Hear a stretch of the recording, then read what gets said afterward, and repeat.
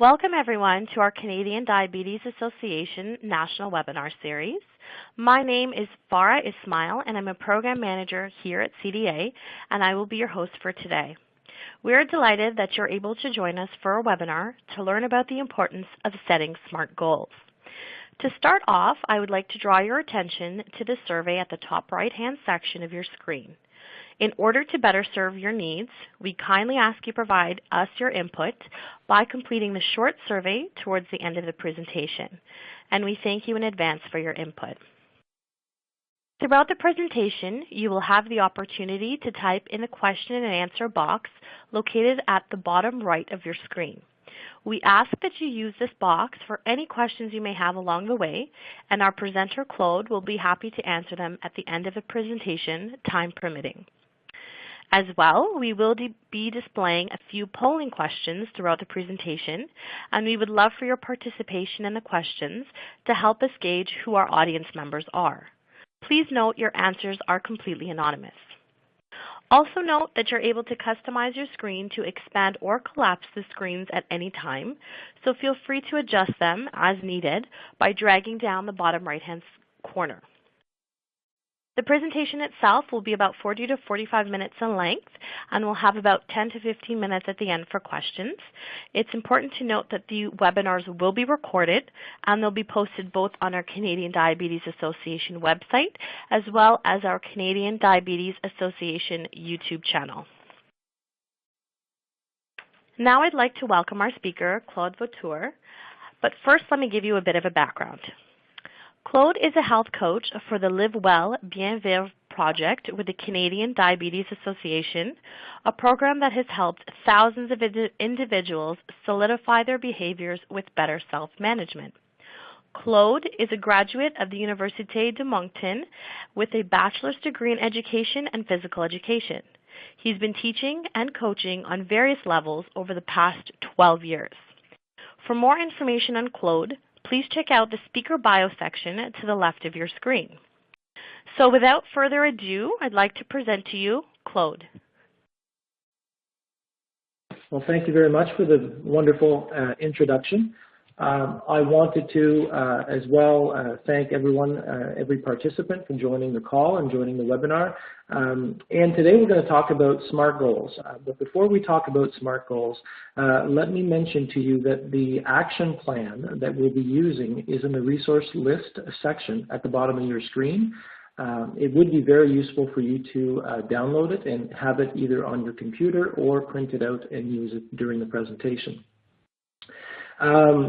It is also very interesting to listen to the introduction and talk about the Live Well Bien Vivre program.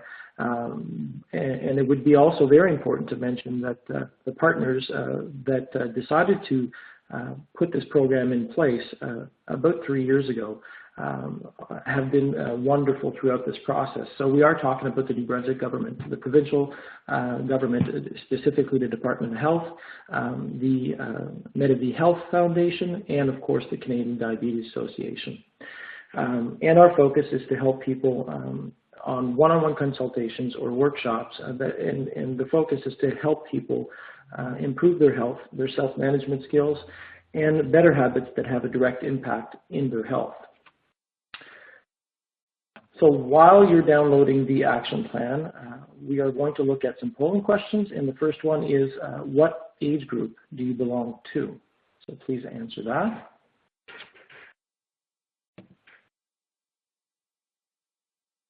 Next polling question would be, how are you affected by diabetes? And please answer that.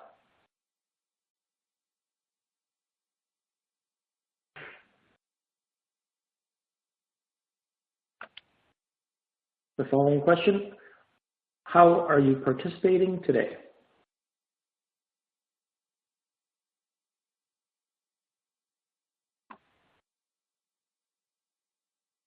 What province are you from?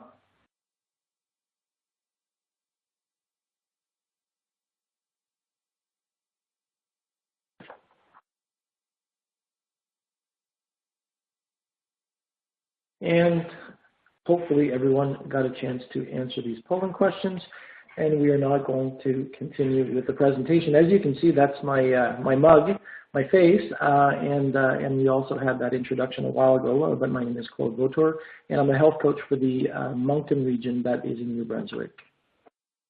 Today's objectives, first off, we're going to gain a greater understanding of what SMART goal is.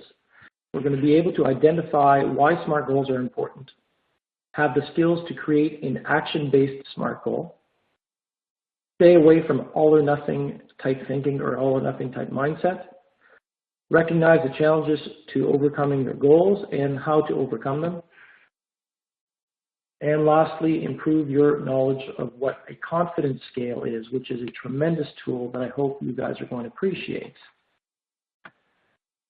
So, what are your wellness goals?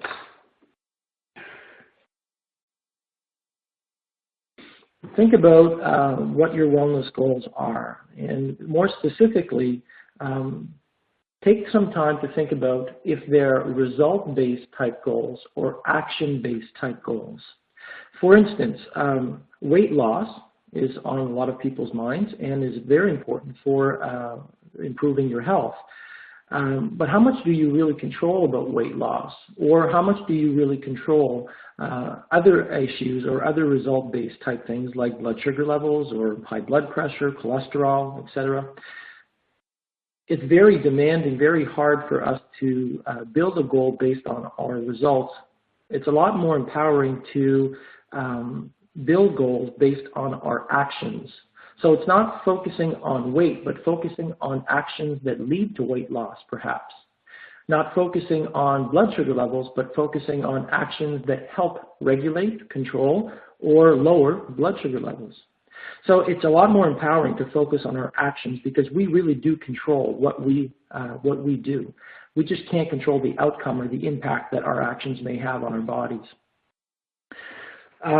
Specific goals, for example, could be being more active, having a healthy eating goal, perhaps even looking at our mental fitness, so our levels of stress and how we manage that, and of course smoking cessation would be another type of goal that is centered around actions. You'll see that SMART goal, the process SMART goal, is going to come into play in terms of how to really focus on appropriate goals. Take some time at the top end of your action plan to write down what your wellness goal is. So it's written down at the very top, my wellness goal is. So please feel free to write that down now.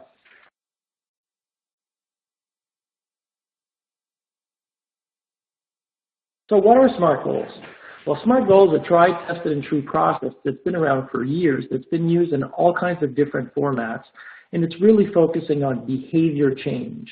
So when we look at improving our health, we really need to look at our behaviors that relate to health.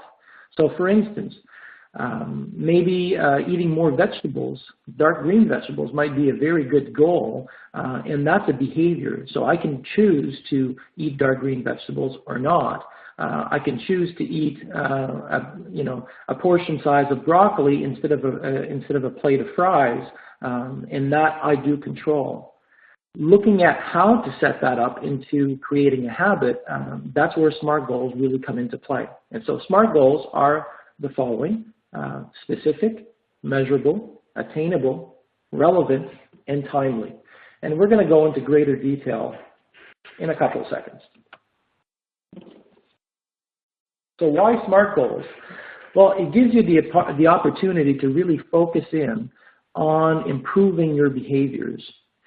It really builds accountability because of the structure, and it also builds confidence, especially if you build a goal that you're successful at doing.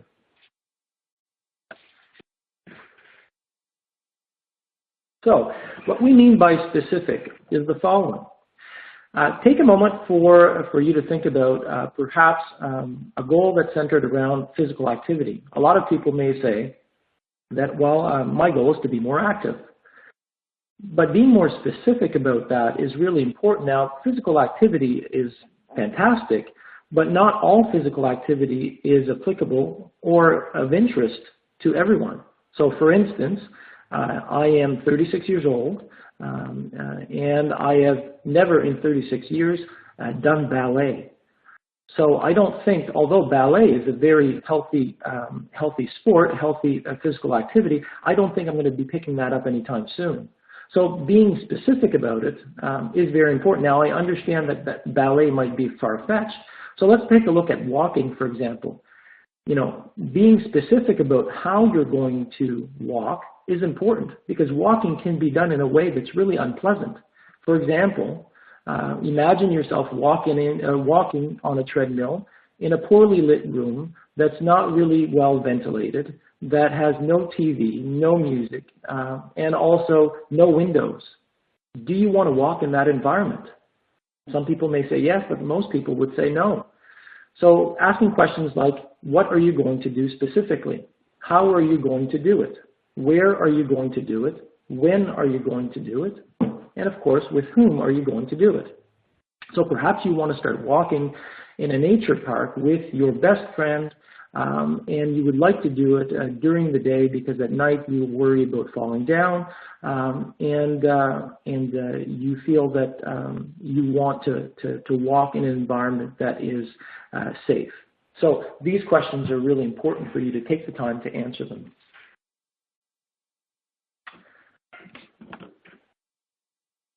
Making your goal, the measurable component, well, how many, how much, and how often?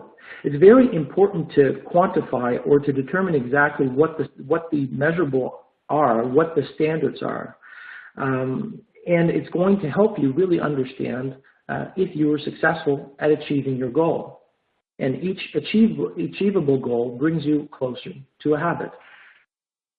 So for example, I will walk 30 minutes after supper, or I will eat 5 servings of fruits and vegetables per day for a week. So that really lists how much or how many and the frequency, how often. Is the goal realistic or achievable? Is a great question to ask. A lot of people, a lot of folks sometimes make the mistaken judgment in terms of making their goal a little bit too demanding. We have to realize that, first of all, a starting point is a starting point. I'm sure that you can imagine many times in your life where you've built a skill along the way, such as, for example, walking, or for example, eating patterns.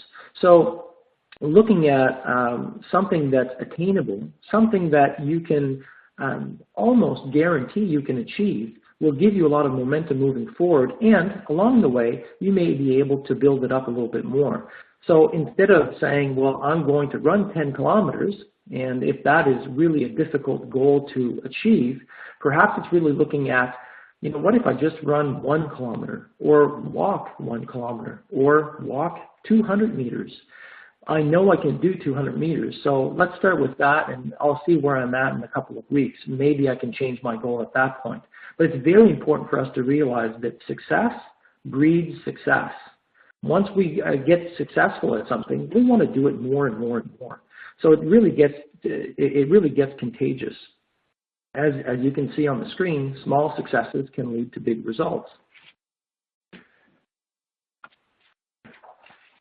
The relevant piece, to me, is one of the most important pieces out of the SMART goal process. Is the goal important to you? Is it meaningful? Is it something that you believe in? Let me tell you a quick story. A client of mine, I first met this client, I sat down with him, and he told me that he had just had a heart attack over the last few months, and was recovering from that, and for the first time in his life, he was really scared about his health. And I told him that he had every right to be scared. You know, emotions are very powerful, and when we have a strong emotion about something, we feel the way we feel, and that's okay.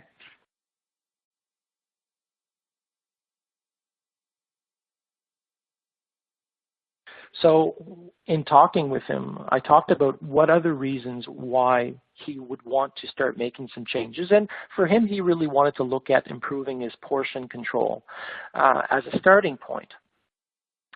What happened in me asking him why he wanted to do this, he really connected with the reasons why he wanted to do this in a way that he needed to not necessarily live through fear for the rest of his life, but he needed to really find something meaningful about keeping up his behaviors and the changes that he had to do and the long road that he had to take.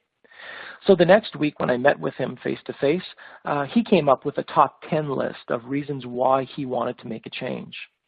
The first reason was that he wanted to grow old with his wife.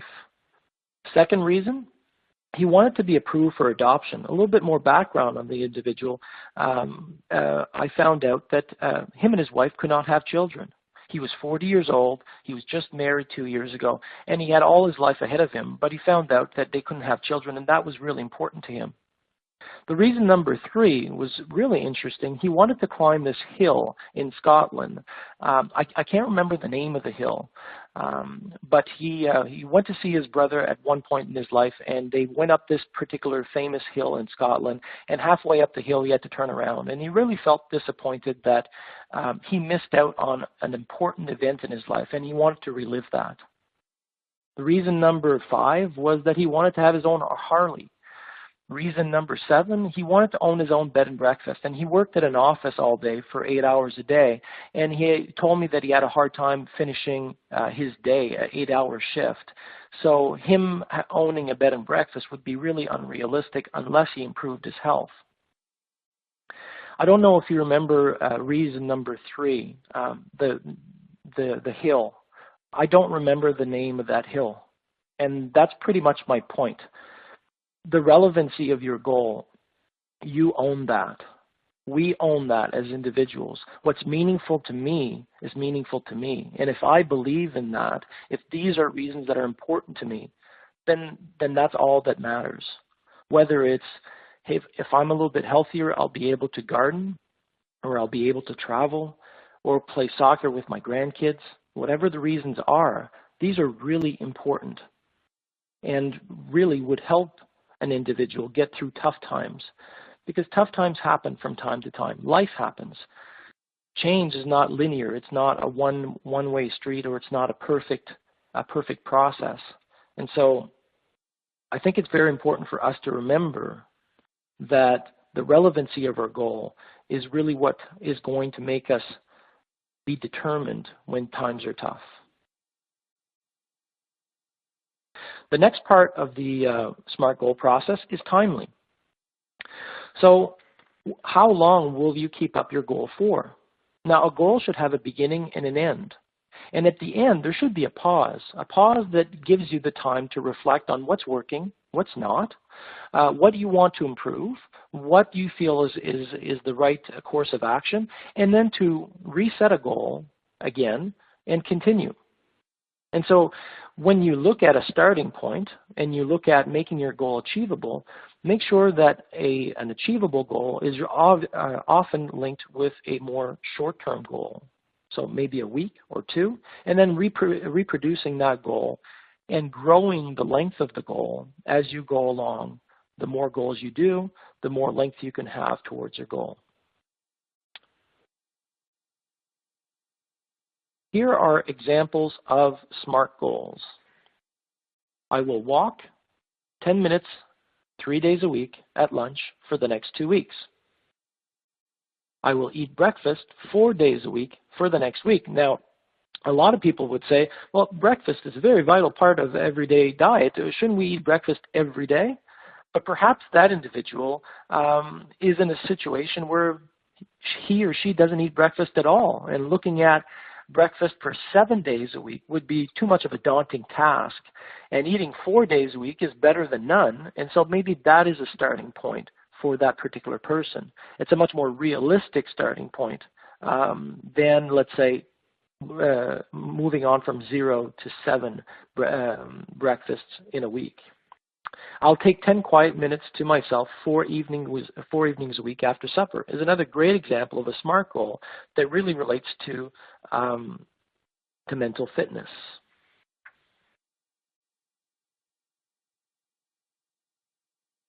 So I'm going to give you a few moments to look at the SMART goal action plan. At the very top, like I mentioned early on, we talked about your wellness goal. And so generally speaking, what were you trying to achieve? And now take a look at the rest of the first page. You see now that specific, measurable, attainable, relevant, and timely are in bold characters. And you can see that there's questions next to them, and also examples in the box next to it. The example, I'm going to read it out loud for you guys so that you can get better situated. So the specific part, I will walk. The measurable part would be 3 times per week for 10 minutes after supper. The attainable component, around my neighborhood. The relevancy, it will help me to be able to go for walks with my daughter. And the timely, for the next 2 weeks. I'm going to give you a few moments now to fill out an example of your action plan. In the question period at the end of the session, you may want to ask some questions about the goal that you created if you want. So I will give you about 2 minutes, and I will come back. We'll continue the presentation in about 2 minutes about the following slides.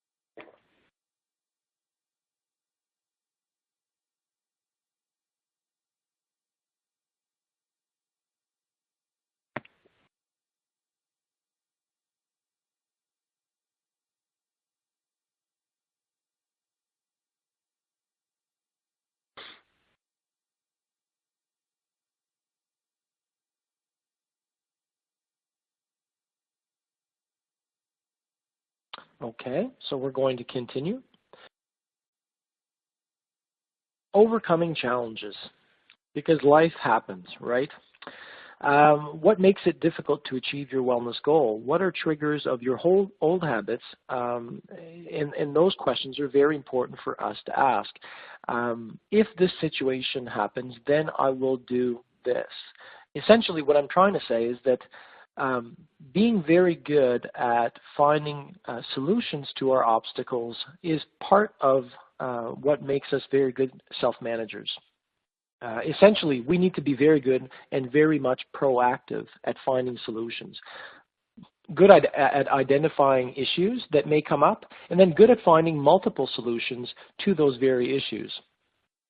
For example, if it rains outside today, then I'm going to go to my friend's house and use their treadmill.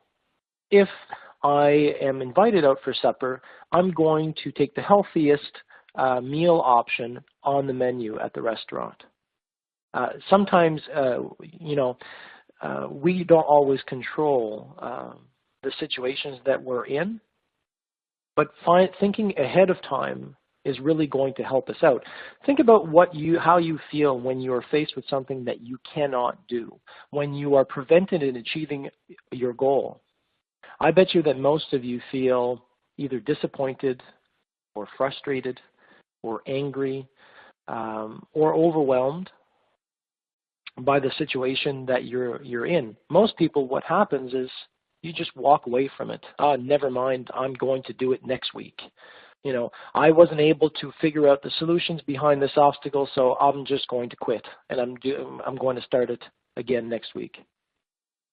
So I think it's very important for us to remember that if we're proactive, we may have, if we think ahead of time, we may do a little bit more outside of the box thinking. We may be a lot more creative with the different solutions that we can put down. So most people are also very good at problem finders, but not problem solvers. So this is an ability that is really useful. This is an ability that, at the end of the day, is going to translate into greater success, because life is not perfect and things will happen. And so building that skill set in finding solutions ahead of time and then applying them, and also believing that the reality of an obstacle is really temporary. It's not, for example, I need to start walking on a treadmill for the rest of my life. It's today I can't walk because it's snowing outside, so today I'm going to choose to use one of my backup plans. If you look at your goal, your action plan, you're going to see that on the second page you have the first part of the second page is written, my SMART goal is, and you can rewrite or you can write what your SMART goal is, but then you have the if-then plan or the backup plans. I'm just going to read out loud what is written on the page.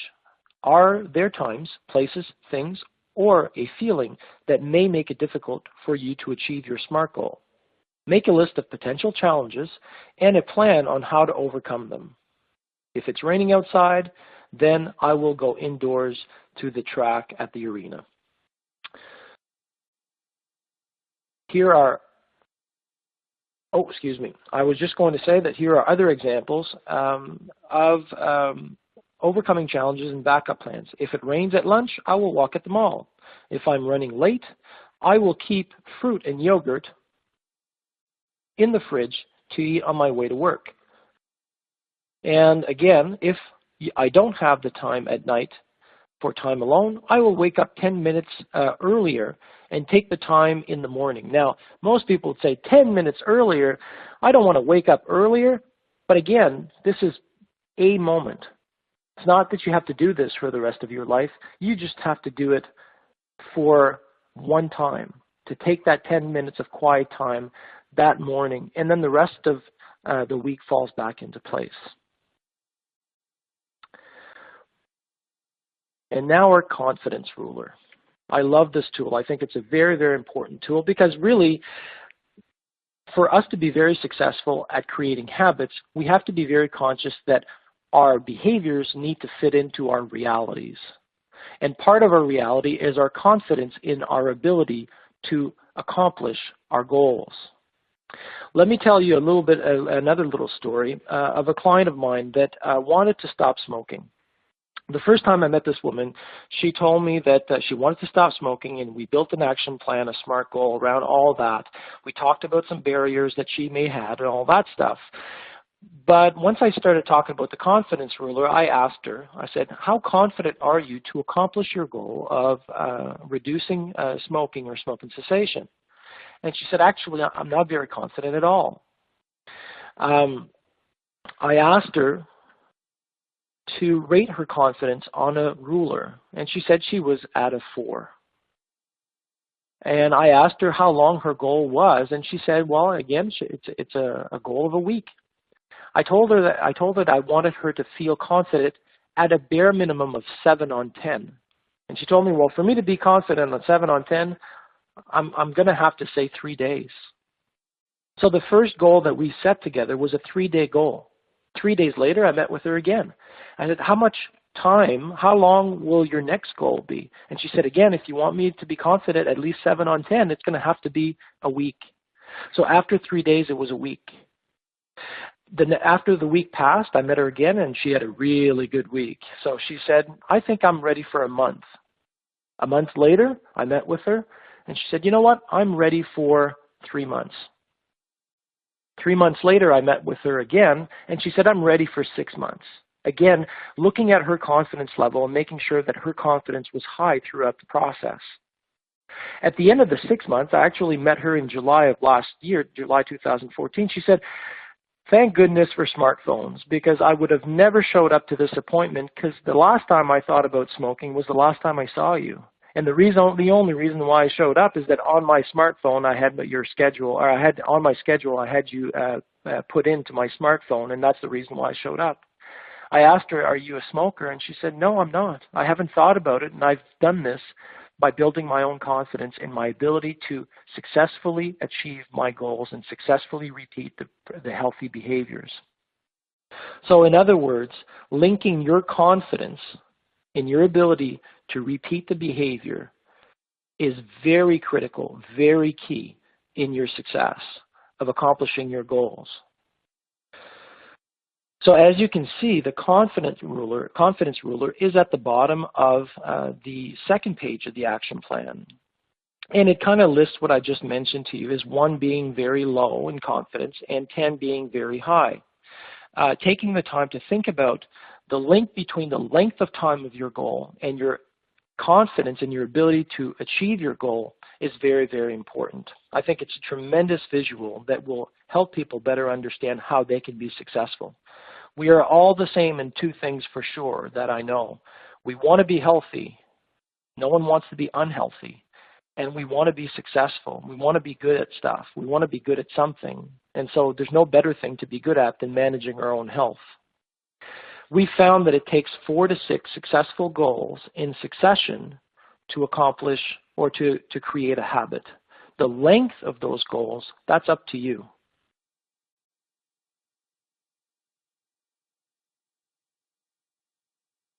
When we talk about all or nothing thinking, we really can talk about this particular board game. I don't know if you're familiar with this board game, but this is a game called Snakes and Ladders.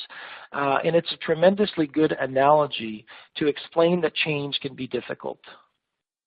The snakes and ladder analogy really refers back to the fact that it's not a perfect process. There's ups and downs. There's good times and bad times. There are going to be goals that you're going to set that you're going to be rolling ones every time. You know what? Looking at my eating habits is really demanding for me. So it's going to take some time for me to figure this out. It's going to be demanding for me to be consistent with this. But it doesn't mean that I'm not moving forward. But I'm still rolling ones. That doesn't prevent you, though, from catching a ladder from time to time. For example, you know what, I was looking at my vegetable consumption to help lowering my blood sugar level, and my wife decided to get on board with this goal of mine. That's a great support. That's a great boost in my confidence in my ability to achieve my goal, so I'm catching a ladder. And the more that I move, the more that I go along this board. It doesn't also prevent you from catching a snake. Perhaps my wife decides that she doesn't want to continue eating more vegetables and we're falling off track. Or perhaps I've gone on vacation and I don't really necessarily control the food that I eat. So understanding that goal setting is really about managing the ups and the downs and making sure that we're confident in our ability to overcome the challenges that we may be faced with. Also understanding that our ability to adapt along the way is key. Our flexibility is key. And being determined across the process is also very important. Sometimes it also helps to find some outside support like family and friends, coworkers, community wellness initiatives, health coaches or healthcare practitioners. Your family doctor, for example, is another great way to access great resources and great knowledge. But better understanding that it's not necessarily being perfect at this, but figuring out ways to continue the process. So in other words, a goal that really is demanding, such as I'm going to walk 30 minutes a day for 30 days. Well, what if you only walk 28 days out of 30? That's still pretty good. And if you compare to the fact that that particular person wasn't active at all before that, then that's also very, very good. In other words, it's not all or nothing.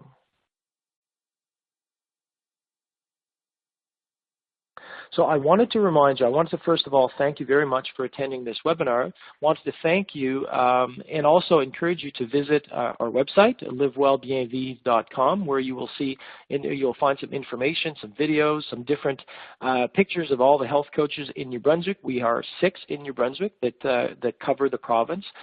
We are also very active on Facebook. Please like us and please tweet us. And there's also a contact information, 1-800-884-4232 to get more information on the program. So at this time, I'm going to open it up to questions. Thank you so much, Claude. You've shared with us some really great information on setting SMART goals and how to go about doing that. So we really appreciate you taking the time out of your day and educating us on that. So as you said, we will jump over to the question and answer section at this time.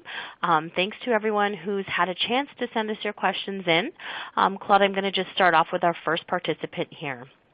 Our first participant has said that their husband has had a myocardiac infarction back at the age of 40.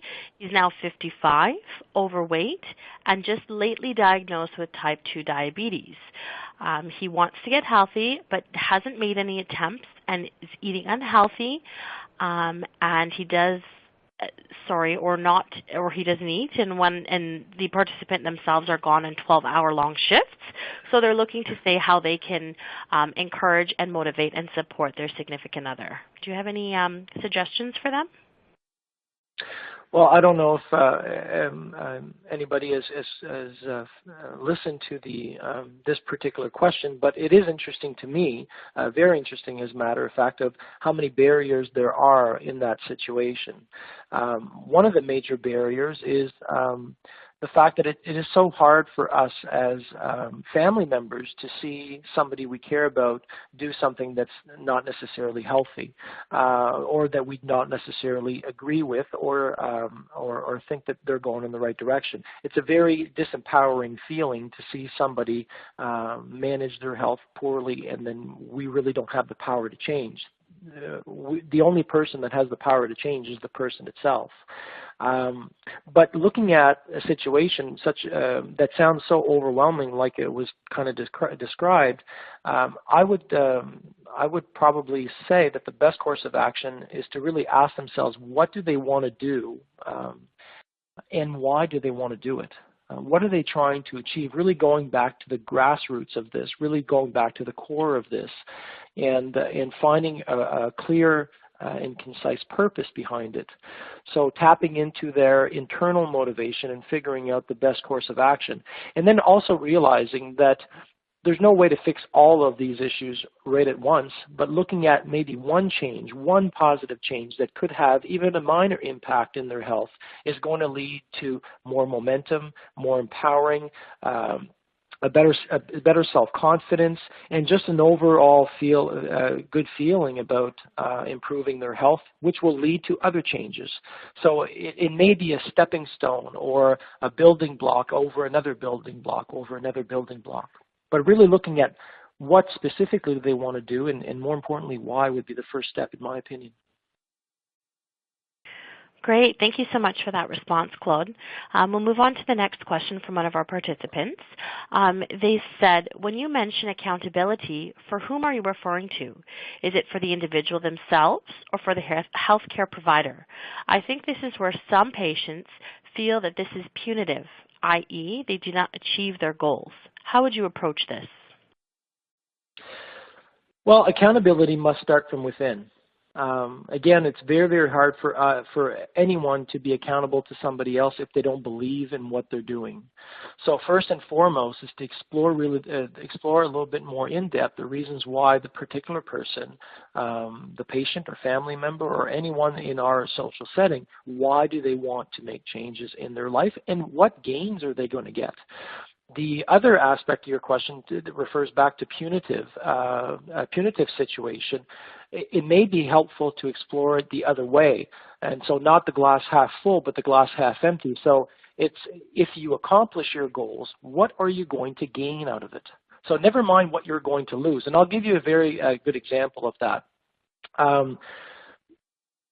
client of mine comes to see me and says, well, I need to start eating a little bit healthier in terms of my my snacking at night. And I asked her, what exactly do you like to eat at night? And she said, oh, I love chocolate.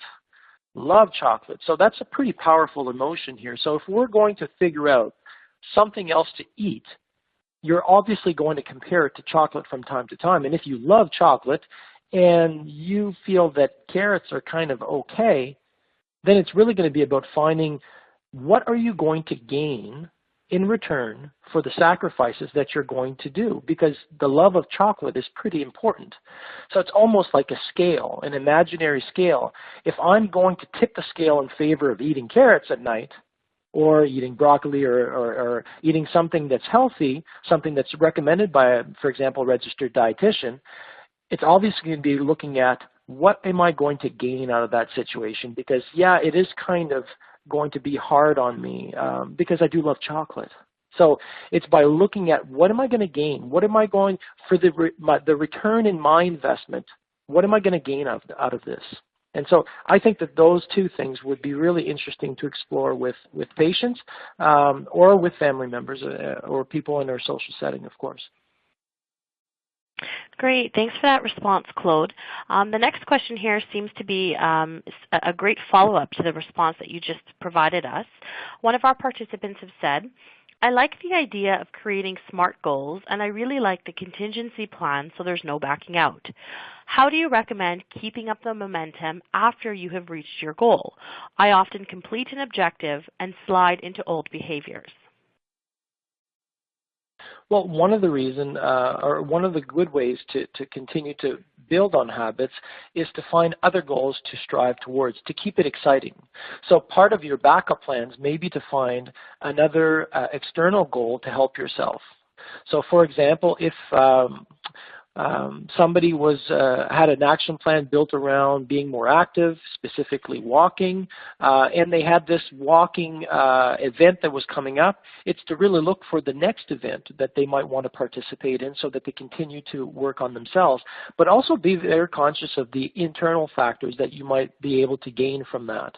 So of course you were able to accomplish your goal and walk at that event, but being more active, what else is that giving you? For example, are you more self-confident than you were before? Do you have an improved ability to manage stress? Do you get along with your husband or your wife a little bit better, easier now that you are more active and you're able to release some of that tension through physical activity? Are you able to sleep a little bit better? Et cetera, et cetera. So there's so many reasons, there's so many gains that we're not often conscious of. And by taking some time to really think about what else am I gaining by being more active on a consistent basis, or what else am I gaining from improving my diet, or what else am I gaining from quitting smoking. Great. Thanks for that response.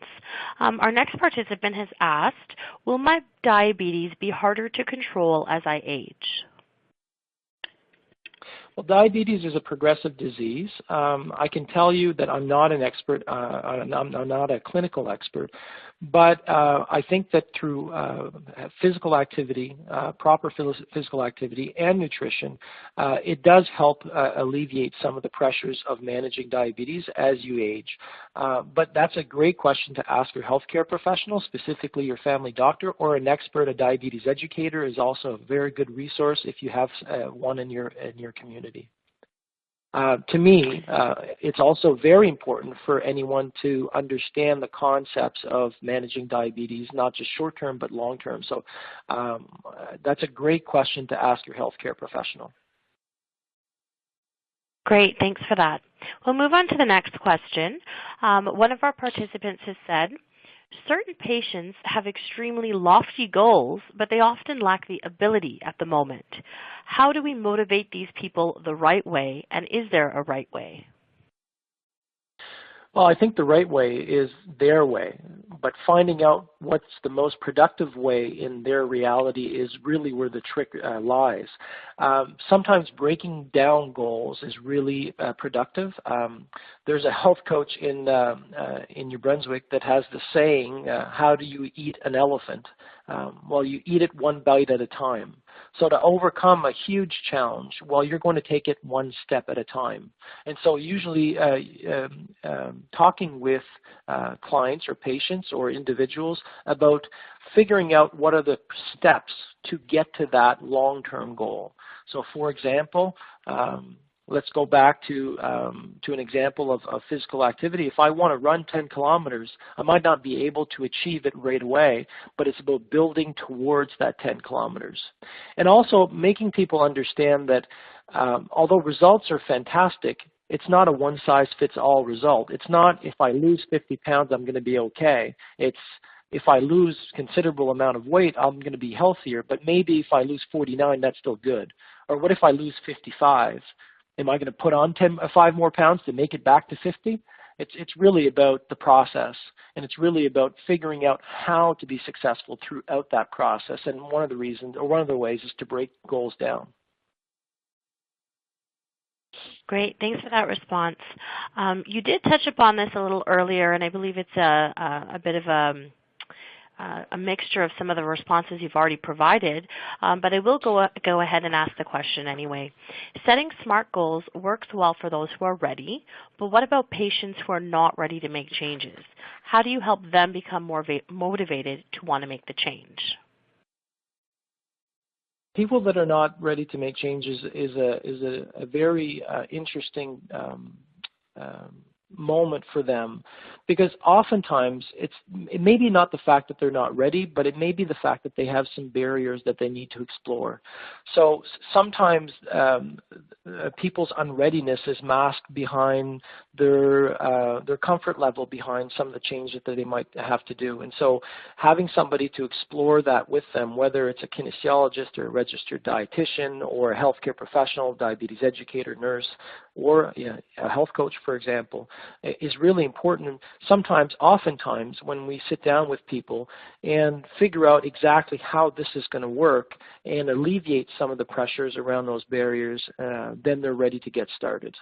One more thing I would like to add is also the fact that for some folks, it's also maybe perhaps a question of their skill set or of their education behind the goal. So perhaps, for example, they want to eat healthier, but they don't know what exactly is the problem behind their unhealthy diet or the challenge behind their unhealthy diet. So perhaps it's also helping them explore that as well.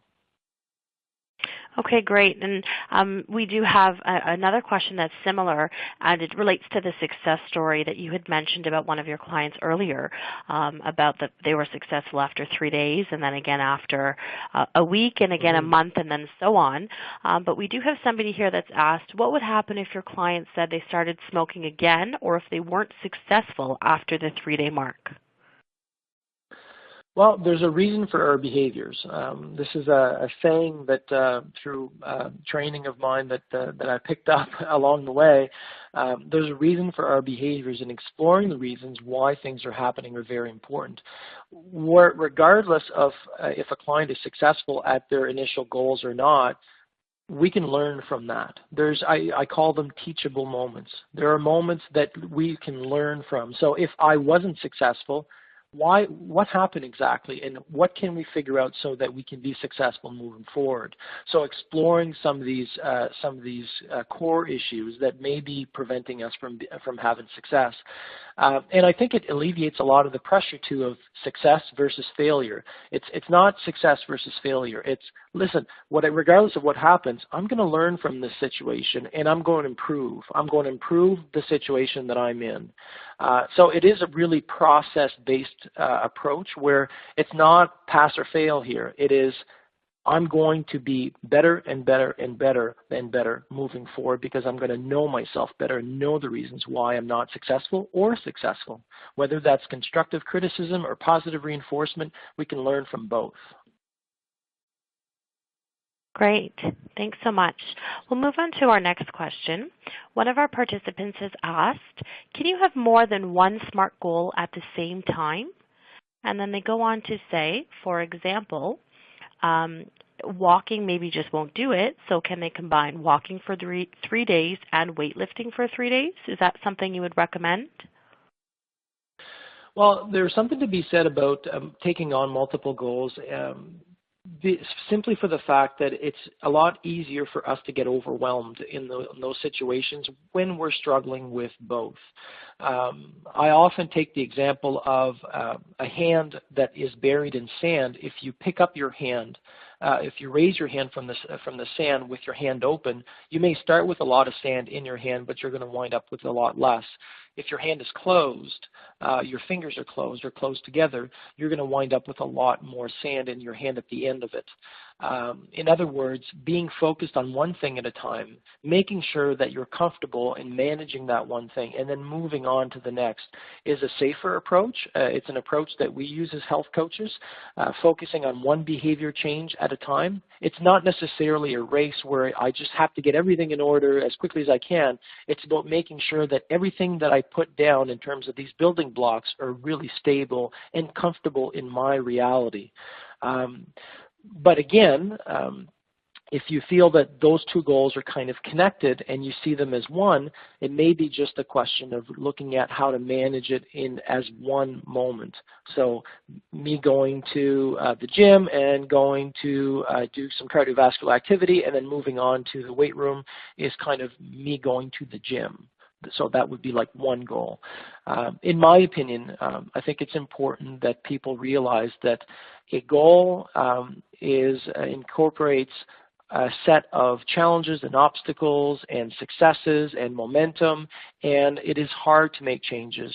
So focusing on one thing at a time, one goal at a time, might be a little bit more productive that way. Great. Thank you for that response. Folks, we're going to just take a few more questions here before we reach the end of the hour. And for those of you who are unaware, please feel free to email us at webinars@diabetes.ca for any questions that we didn't get to today or for any follow-up questions that you might have. With that being said, Claude, I've gotten a few questions actually in and around the same idea here. So I'm going to read out the next question from one of our participants. They've said that they had a patient the other day who had made numerous positive changes to their lifestyle through diet and exercise. However, the patient did gain a few pounds and was very disappointed, stating, "What's the point?" What would be your response to this patient?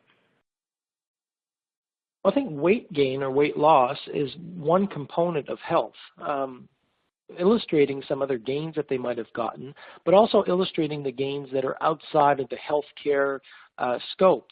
So with this great health, I'm assuming the patient was healthier.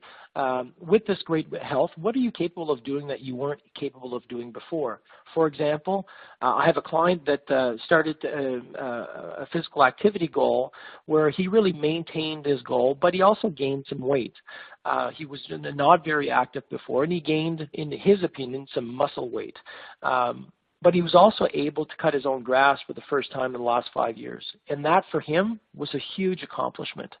And for him, it was almost a question of pride, where he had told me, I've always cut my own grass before, and for the last 5 years, I wasn't able to take care of my property. But now I am, and that means a lot to me.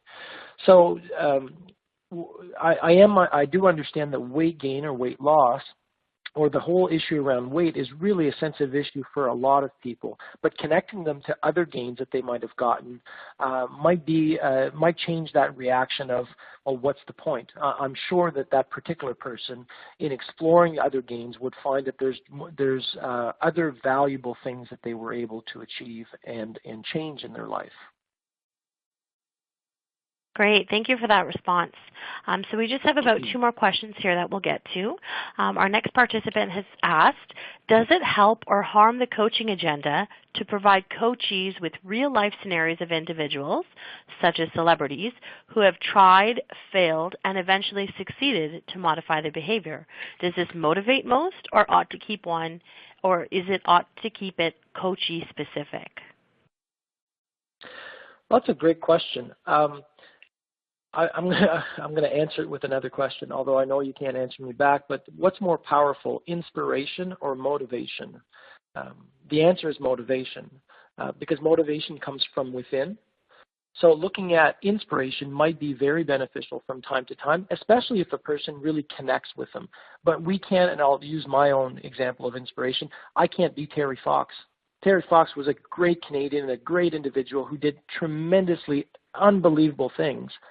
But me hoping, myself hoping to be like Terry Fox is probably not the right path for me.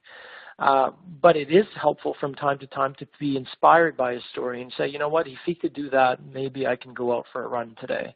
But if I don't only have, if the only reasons why I'm going out for a run is to be Terry Fox, I'm not going to be running for very long. So exploring some of the reasons why internally I want to do this, what are the gains, might be very useful. So to answer your question more simply, the game of comparisons is a very tricky game. It's a much safer bet to look at why you want to do things from an internal point of view. Great, thank you so much. And for our last question, one of our participants has asked, and I'm wondering if there might be a few others who have the same question, how would you use page 3, My Progress, of the handout that was provided?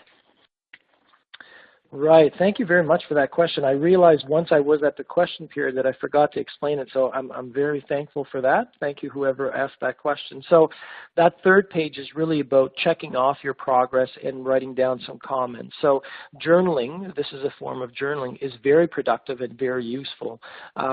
It's very important, though, to keep it concise and to keep it precise on what you're trying to improve. So the details of what you're tracking should be directly related to the goal that you're trying to set. And as you can see, there are 2 weeks laid out in front of you, and you can write down by checking off.